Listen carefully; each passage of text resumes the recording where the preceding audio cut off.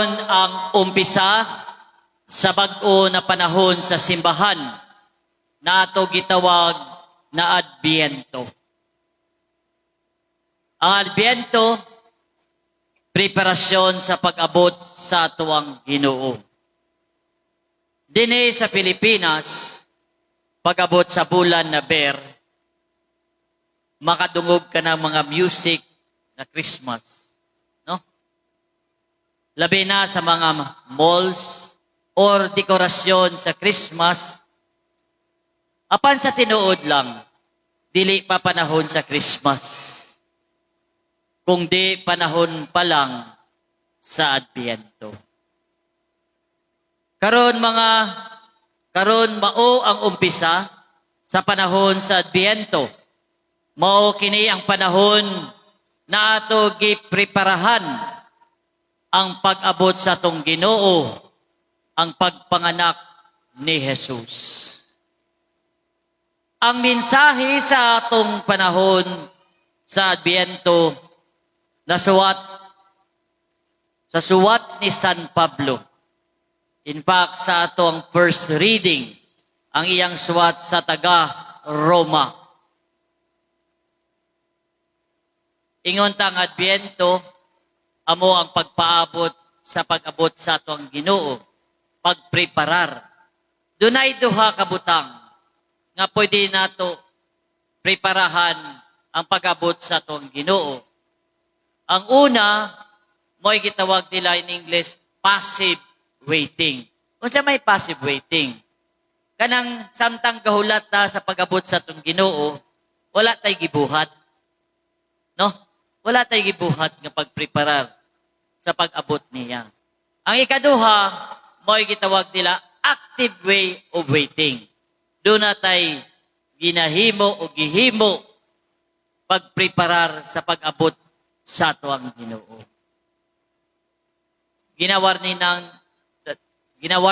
Warningan kita sa tuwang Ginoo na pag-andam.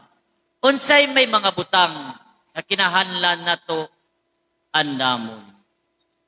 Kaya sa tuwang first reading, ako basahon na dinitanan ang butang nga dapat nato buhaton.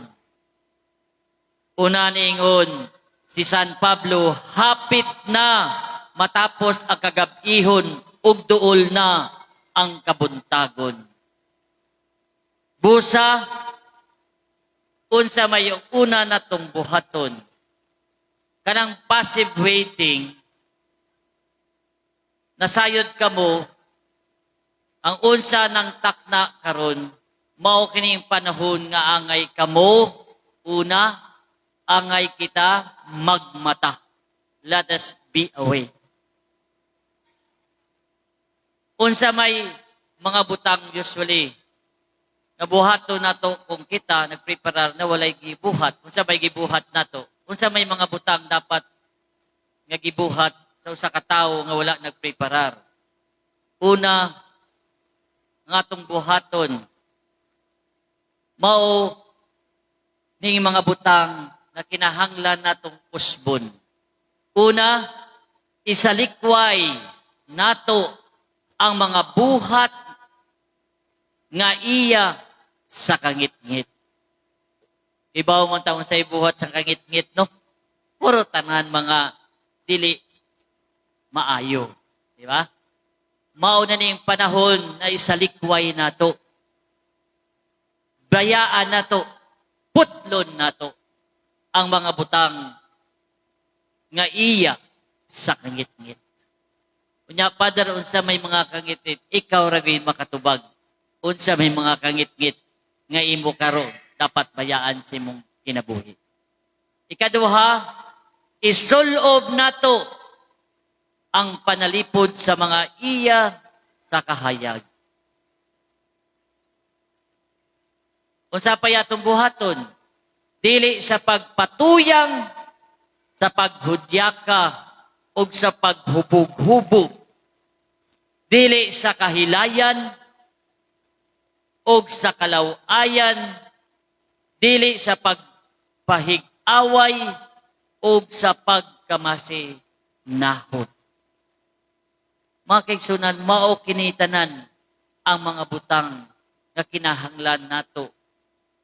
Buhaton, wagtangon, para sa pagpreparar, sa pag-abot sa ato ang Ginoo.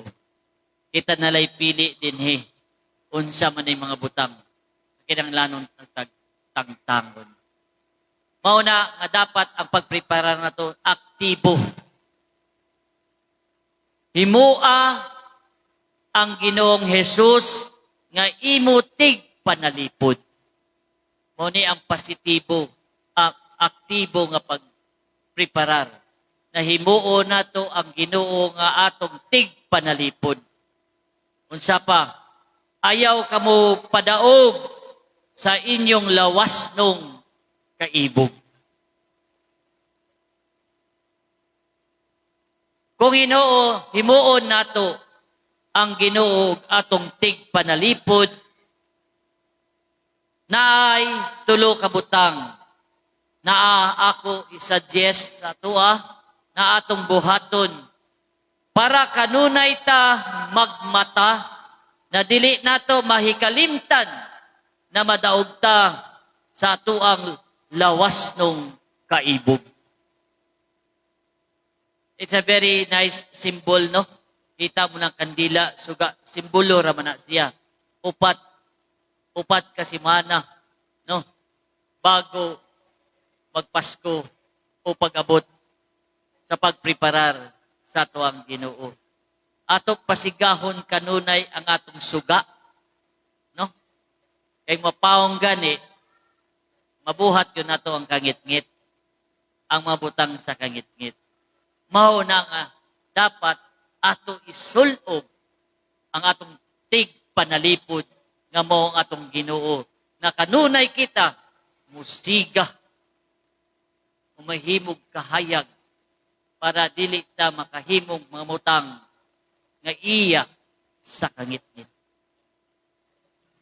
Dunay tulo ka butang nga atong ilanglan buhaton bilang isang aktibo nga pagpreparar. Una, mao ang kanunay na pag-ampo o pagduol sa tuang Ginoo.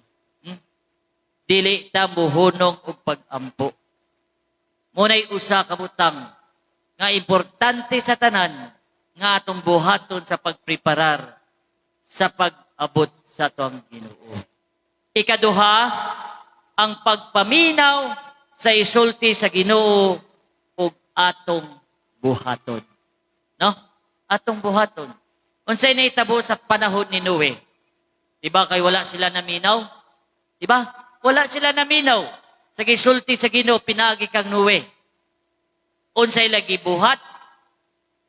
Ang ilagi buhat nagpahubog-hubog, gihimo tanan nga mga buhat nga iya sa kangit-ngit, unsay nahitabo kanila. Ha? Naabutan sila sa baha. Namatay silang tanan. Busa, makigsunan, ikaduha natong buhaton, mao gyud ang pagpaminaw. Pagduol sa Ginoo, ikaduha ang pagpaminaw sa iyang isulti nato atong buhaton.